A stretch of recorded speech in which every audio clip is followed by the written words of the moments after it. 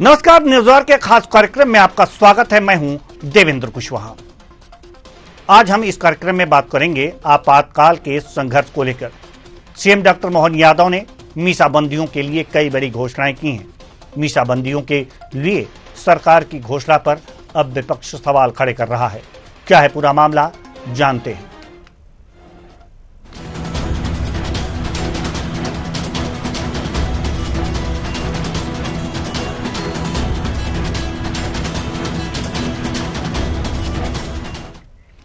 CM house में आयोजित मीसाबंदियों के कार्यक्रम में सीएम मोहन यादव ने बड़ी घोषणा की है। क्या कुछ घोषणाएं की हैं, आइए ग्राफिक्स के जरिए समझते हैं।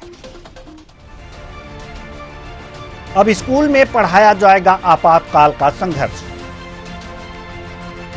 मीसाबंदियों को मिलेगी एयर एम्बुलेंस की सुविधा। सर्किट हाउस में रुकने पर 50% छूट मिलेगी। परिवार के सदस्यों को उद्योग लगाने में मदद दी जाएगी। राजकीय सम्मान के साथ सेनानियों का अंतिम संस्कार किया जाएगा। अंत्येष्टि की राशि बढ़ाई 8,000 से की 10,000 रुपये। एयर टैक्स के लिए किराए में 25% की छूट दी जाएगी। एयर टैक्सी, तो ये घोषणाएं की गई हैं। मीसाबंदियों के लिए सीएम की जो घोषणा की गई है, अब आप सुनिए सीएम डॉक्टर मोहन यादव ने क्या कुछ कहा है। हमारे मीसाबंदियों का भी सम्मान लोकतंत्र सेनानियों की तरह उसी सम्मान होगा जैसा लोकतंत्र सेनानियों का होता है मीसाबंदियों का, और उनमें कोई अंतर नहीं किया जाएगा।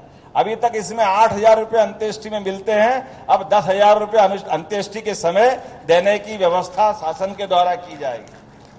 आपने कहा आपातकाल को स्मरण करने के लिए पाठ्यक्रम में जोड़ना चाहिए, बिल्कुल जोड़ा जाएगा। स्कूल के हमारे इस पाठ्यक्रम में वो इमरजेंसी का संघर्ष तो स्मरण रखना ही है, ताकि उसके विविध प्रकार के कष्टों के बीच भी हमारे लोगों ने जीवटता के साथ कैसे जगह बनाई, ये बहुत बड़ा संघर्ष है।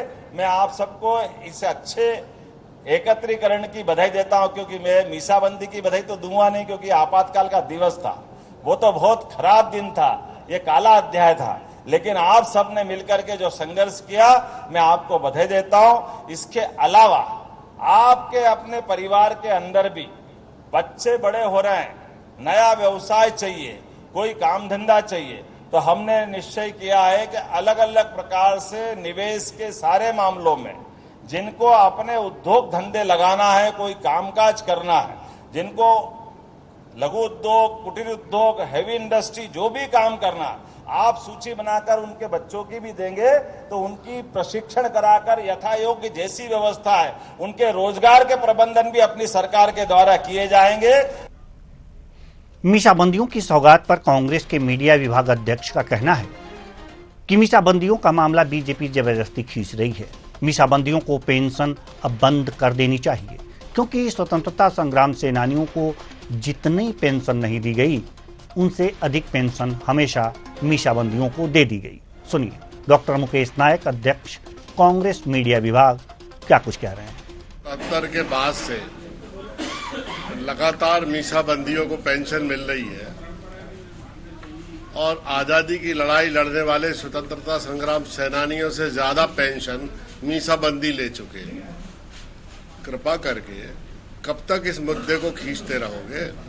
कम से कम पेंशन तो बंद करो।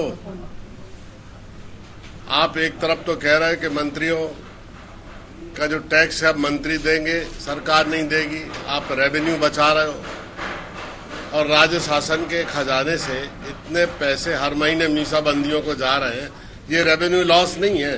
अरे भाई 4 साल 5 साल दे दो आप पेंशन, आप जिंदगी भर पेंशन दे रहे हो, ये बिल्कुल न्यायोचित नहीं है।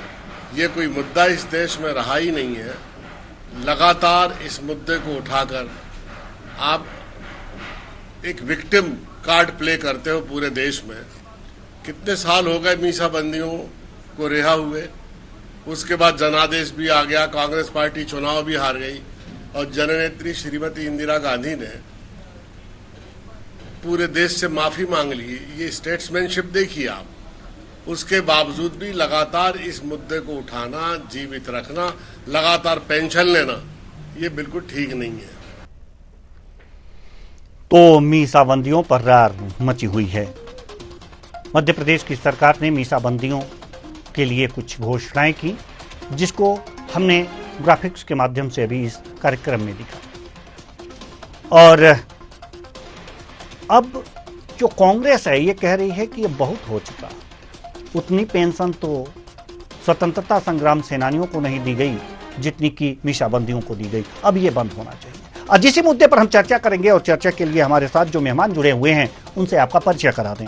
अजय धौले, प्रवक्ता बीजेपी, रितेश त्रिपाठी, प्रवक्ता कांग्रेस, एल द्विवेदी, वरिष्ठ पत्रकार। तीनों मेहमानों का बहुत बहुत स्वागत है हमारे इस कार्यक्रम में। तो हमारे साथ अजय धौले, प्रवक्ता बीजेपी। अजय धौले साहब, मीसाबंदियों के लिए काफी कुछ काम किया गया और सरकार ने काफी कुछ घोषणाएं भी की हैं, लेकिन अगर जहां तक पेंशन की बात करें तो कांग्रेस तो ये कह रही है कि बहुत हो चुका, इतनी पेंशन तो स्वतंत्रता संग्राम सेनानियों को नहीं दी जा रही जितना मीसाबंदियों को दी जा रही। क्या कहेंगे आप? देखिए देवेंद्र जी, मुझे लगता है कि कांग्रेस अपना काला इतिहास, मीसाबंदी जो है maintenance of internal security act 1975 में इम्पोज किया गया था, आर्टिकल ऑफ फंडामेंटल राइट्स को, फिर आर्टिकल 21 को, ऐसे अनेकों जो हमारे फंडामेंटल राइट्स थे उनको कर्टेल किया गया था, प्रेस की फ्रीडम को दबाया गया था, रातों रात देश भर के मीडिया की आवाज दबा दी गई थी, हजारों लोगों को घरों से उठाकर जेलों में ठूस दिया गया था बिना किसी ठोस कारण के। तो मुझे लगता है ये जो मीसा एक्ट था, मेंटेनेंस ऑफ इंटरनल सिक्योरिटी, और न जाने उस समय इंदिरा गांधी जी को जो चुनाव हार गई थी और इंदिरा गांधी वर्सेस राजनारायण वाला जो जजमेंट हम लोग आज भी जो लॉ के स्टूडेंट है वो पढ़ते हैं, हिस्टोरिकल जजमेंट, किस प्रकार से सर्वोच्च न्यायालय के आदेश को धिक्कारते हुए इंदिरा गांधी जी ने इमरजेंसी लगाई थी और किस प्रकार से उस समय घिनौनी राजनीति जो खेली गई थी, हजारों लोकतंत्र सेनानियों के जैसे ही ये जो उस समय जो संविधान के सेनानी थे, उसमें जनसंघ के कार्यकर्ता थे, अन्य दलों के कार्यकर्ता थे, उनको जेलों में डाला गया, उनको हजारों प्रकार की यातनाएं दी गई। हम तो एक राजनाथ सिंह जी का किस्सा सुनते हैं कि आज तो देखिए कि अदालतें अपने दरवाजे खोल देती है जिनके ऊपर आपराधिक प्रकरण दर्ज हो जाते हैं, लेकिन राजनाथ सिंह जी की माता जी का देहांत हो गया था और उनके अंत्येष्टि में आने के लिए भी उनको नहीं परमिट किया गया था। तो इस प्रकार का उस समय के हमारे जो मीसाबंदी है उन्होंने यातनाएं झेली है, उस यातनाओं को हम क्या ही ये पेंशन से समाहित कर पाए, या क्या ही हम उनको सम्मान दे पाए, इतना उन्होंने इस देश के संविधान को बचाने के लिए, इस देश के लोकतंत्र बचाने के लिए पीड़ा सही है।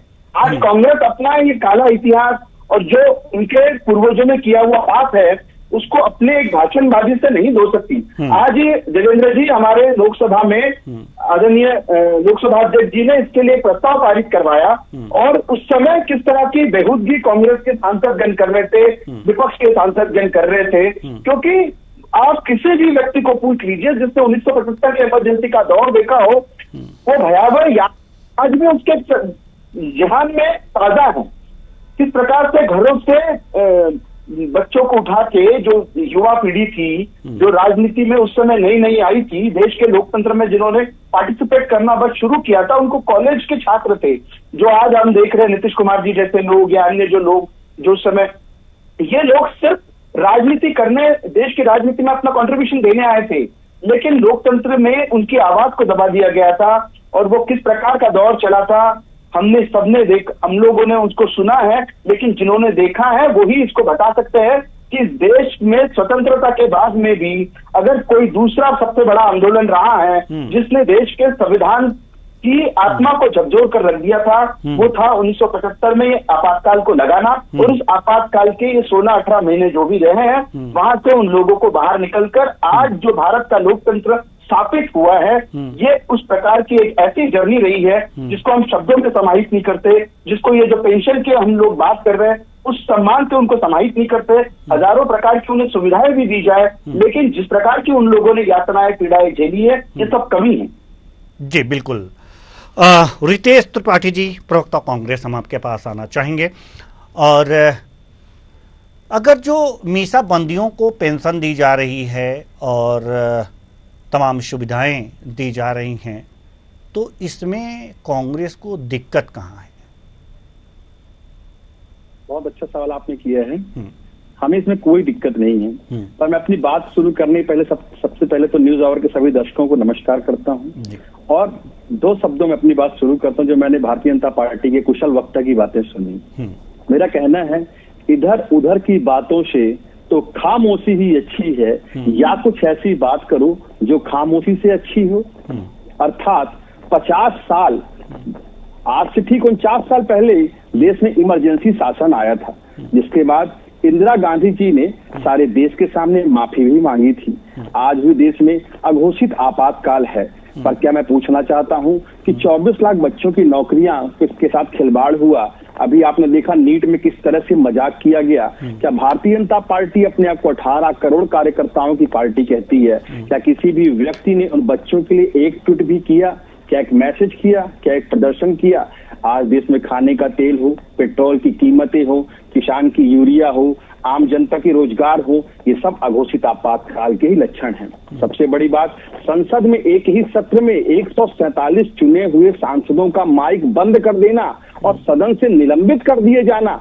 और आज ओम बिरला जी का, जहां एक तरफ अध्यक्ष की आसंदी पर सुशोभित हुए। चलिए ठीक है जी, अब मेरे को पूरी बात कर लेने दीजिए। अगर आप कर लेने देंगे तो आज ही आपने देखा कि मोहन यादव जी ने कहा है कि हम इसको अपने पाठ्यक्रम में शामिल करेंगे।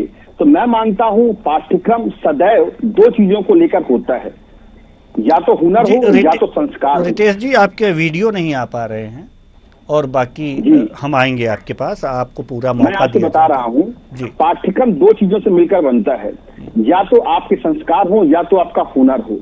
मैं ये नकारात्मकता, हमारे इतिहास की अवरुद्धता, इन सब बातों को बच्चों को पढ़ाकर हम उन्हें कौन सा रोजगार देने वाले हैं, हम उन्हें कौन सा संस्कार देने वाले हैं?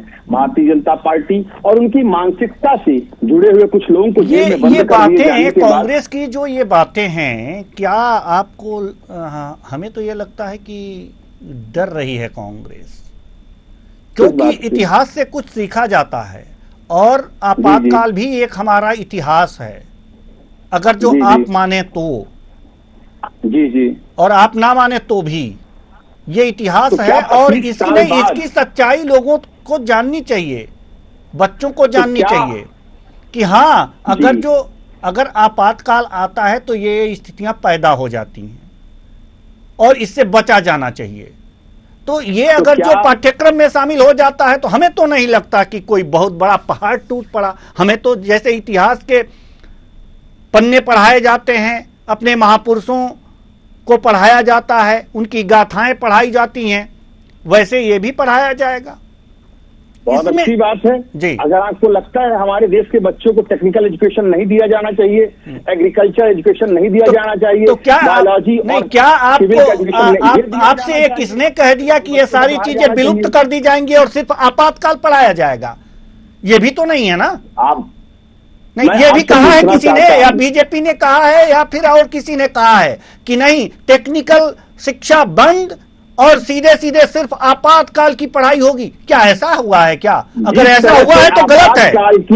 जिस तरह से भारतीय जनता पार्टी आपातकाल की मार्केटिंग स्ट्रेटजी और प्लानिंग और प्रमोशन कर रही है, आपातकाल को लगातार बेचने का काम भारतीय जनता पार्टी द्वारा पिछले 50 सालों से किया जाता है।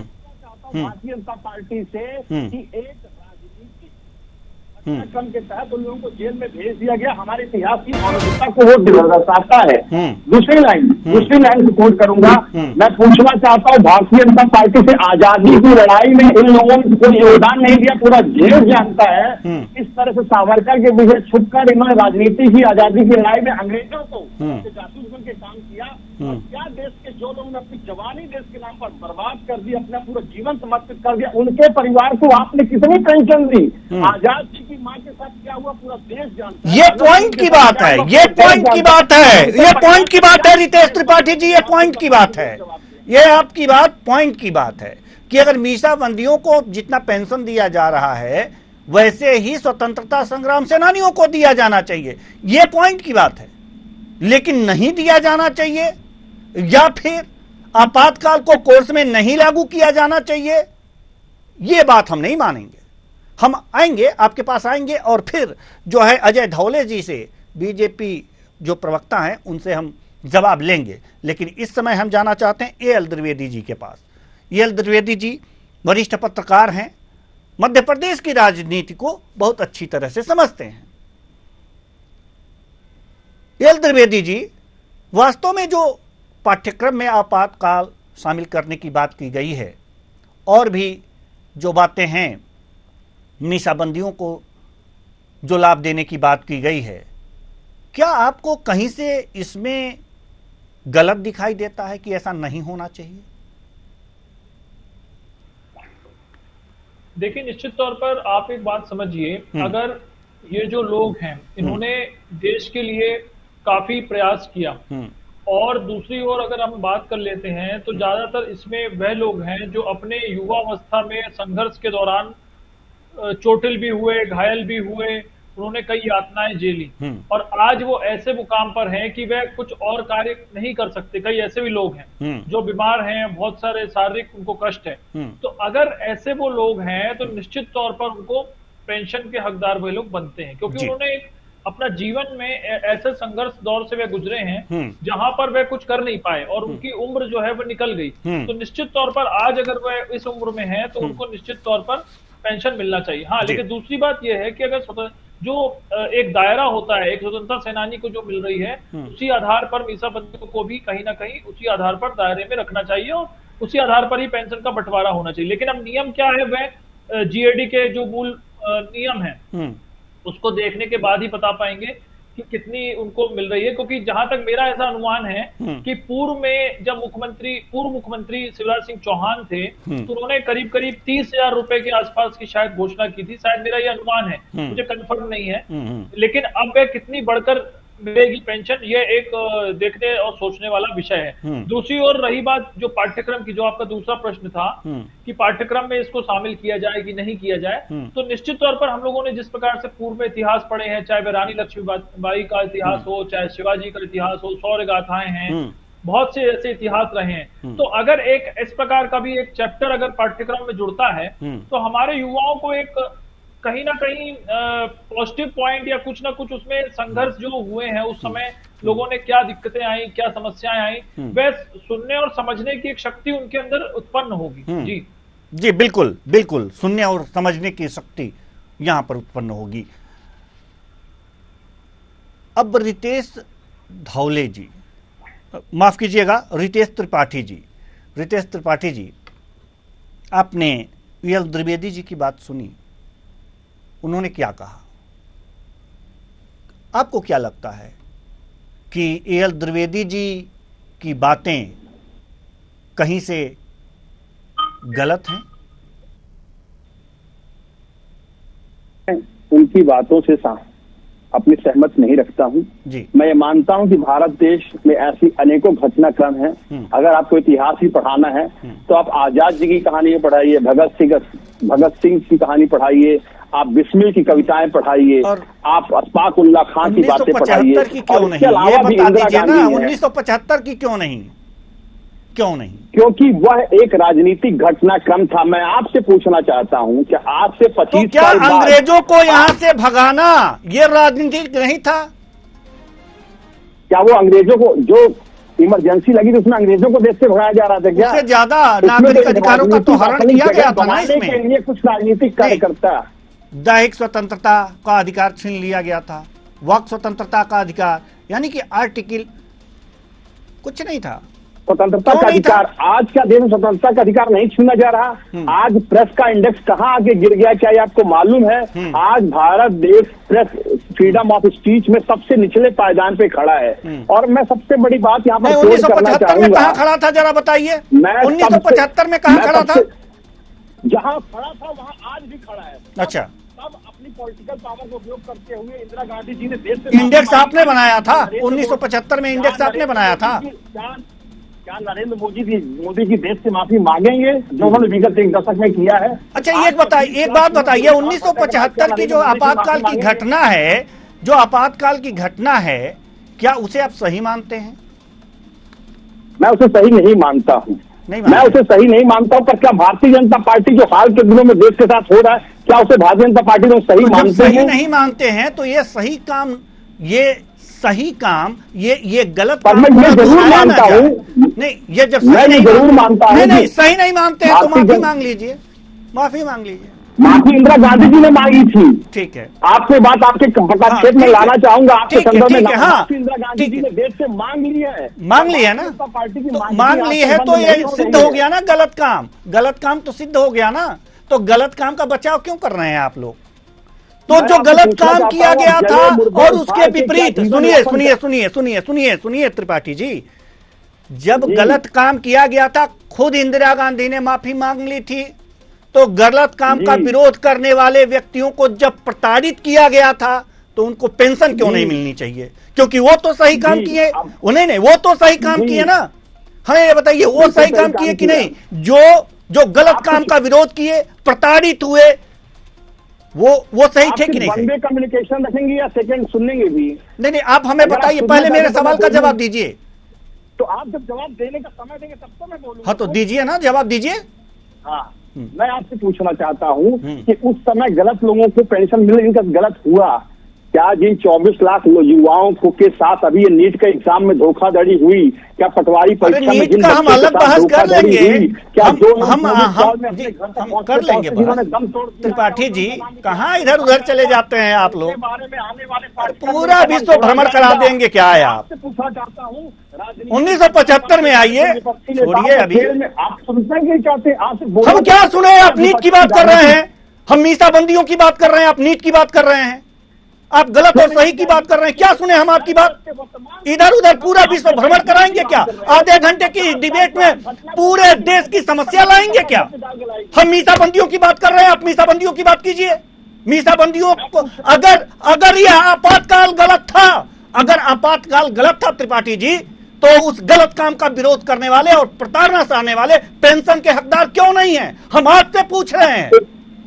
तो दे तो दी 50 साल पेंशन देने वाली भी इंदिरा गांधी थी। तो मर गए क्या? मर गए वो लोग? जीवित हैं ना? जब जीवित हैं तो पेंशन चलने दीजिए, वो तो जीवन भर चलता है। अरे आप लोग पेंशन का नहीं,